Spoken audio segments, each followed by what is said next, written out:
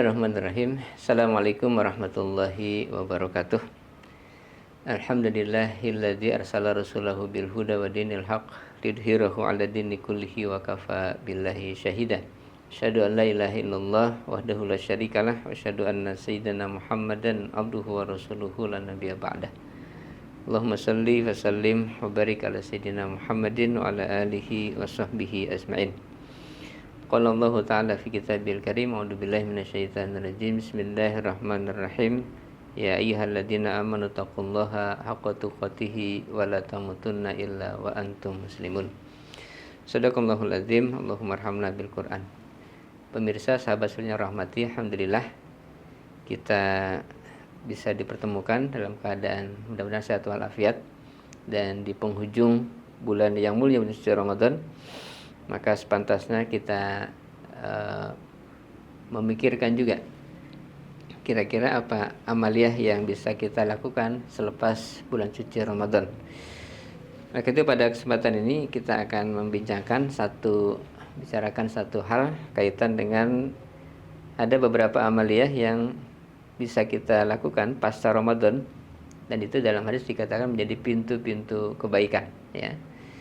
Dan dari 3 amal inilah kemudian muncul kebaikan-kebaikan yang lain.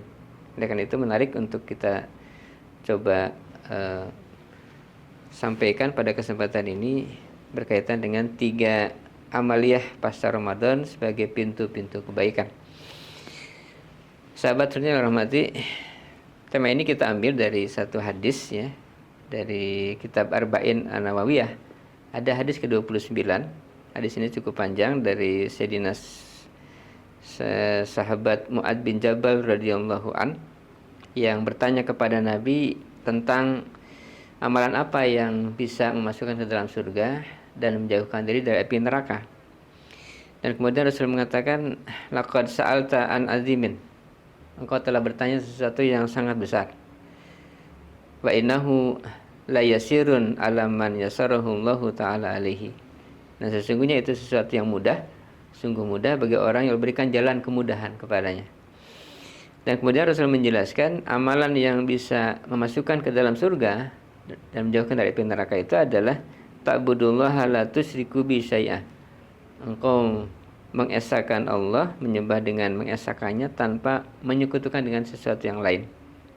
Atuqimus shalah, engkau mendirikan salat, wa tu'tiyaz zakah, menunaikan zakat, wa tasum Ramadan, dan puasa bulan suci Ramadan, wa tahujjal bait, dan berhaji ke Baitullah. Inilah dikatakan rukun Islam yang menjadi pokok di dalam agama kita. Dan berikutnya Rasul menjelaskan, summa qala ala adulluka ala abwabil khair. Maka aku tunjukkan kepadamu atas pintu-pintu kebaikan. Abwabul khair, pintu-pintu kebaikan. Artinya dari amalan ini bisa melahirkan banyak amalan kebaikan yang lain. Apa itu? Yang pertama adalah as-saumu junnatun. Puasa adalah perisai. Puasa adalah tameng, yang dikatakan perisai dari api neraka. Dan dikatakan di dalam syarah dari hadis ini bahwa ini maksud dengan puasa di sini puasa sunnah, bukan puasa yang wajib, karena puasa wajib sudah disebutkan di dalam penjelasan Rasul sebelumnya tentang rukun Islam. Oleh karena itu selepas Ramadan, mari kita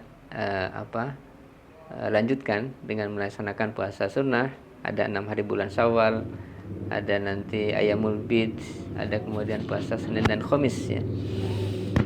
Al-Ghazali dalam kitabnya menjelaskan ada 3 macam puasa yang berulang setiap tahun, berulang setiap bulan sekali, dan bulan setiap pekan. Jadi ini amal-amal sunnah yang bisa kita rutinkan untuk dilaksanakan selepas bulan suci Ramadan. Dan kemudian yang kedua, wasadaqatu tudfi'u al-khati'ah. Sedekah itu bisa memadamkan atau menghapus kesalahan-kesalahan. Kama yudfi'ul ma'un nar, sebagaimana air bisa memadamkan api. Nah, ini juga adalah pintu kebaikan. Dengan bersedekah maka akan bisa menyebabkan terhapuskannya dosa-dosa kita, dan dengan itulah kemudian kita menjadi ringan untuk melakukan amal-amal kebaikan yang lain ketika tidak ada beban dosa di pundak kita. Dan inilah amalan yang sunnah, karena yang wajib zakat tentu sudah dijelaskan dalam rukun Islam tadi itu.